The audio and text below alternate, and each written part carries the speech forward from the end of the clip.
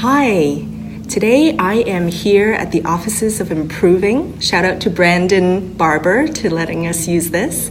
And I'm here with Jake Melton. I first met Jake at a workshop, an HR workshop, and he had so many important things to say about the different generations right now in the workforce.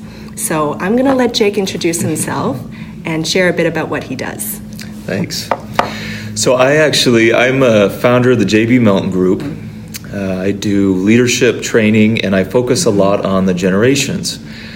How we can manage cross-generationally, build leaders, communicate, build cultural awareness. Yes. And so I do speaking, facilitating workshops. So I first learned about the 5 generations that are currently in the workforce from you. Mm-hmm. So can you share with people what those 5 generations are? Sure. Several years ago, there's a lot about this generation going on between, especially boomers and millennials, this war going on. Gen Xers were kind of left out. Mm-hmm. And at that time, there were technically 4 generations in the workforce. Okay. Well, since then, there has come a 5th, and that's Generation Z. Huh. So wow. the oldest generation is the Traditionalist or Silent, okay. and they were born mid-1920s to mid-1940s. Okay. Then we have the baby boomers, mid-1940s to about mid-1960s. Gen X, which is about late 1960s to late 1970s. We have the millennials, or Generation Y, which is the early 1980s to about mid-1990s, and Generation Z, mid-1990s to about 2012. So they right now are, 17, 18, 19, 20-year-olds that are working. And so if you think about Walmart, for instance, you have 75-year-olds who are returning to the workforce just because they want to work. They've retired and they want to just be doing something. Keeping active. Right. And you have 17-year-olds all working in the same store in every age in between. How do you manage that? Right. Well, you mentioned one word that I felt really captivates and encapsulates what people need to do in order to manage all these 5 generations and work together well. And that was adaptability. So can you talk more about that? Sure. And I think it's especially true for those that are in career transition or looking for work.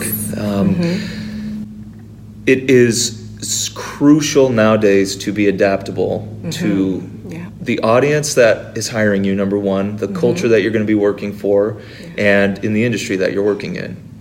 I think it was Darwin that had said originally, it is not the strongest that survive, it is the adaptable that survive. Oh, I and like so, that. So with evolution, it wasn't about being the strongest. If you weren't able to adapt to what was going on in the world, you weren't able to adapt to Mother Nature and all of that, then you weren't going to survive. And when you think about animals, for instance, and how much they have changed over the thousands of years, they've been adapting to climate and all the effects that Mother Nature puts out there. So what's an example of, let's say, baby boomers learning to adapt to a company, maybe a startup company that's run by a millennial. And this happens a lot.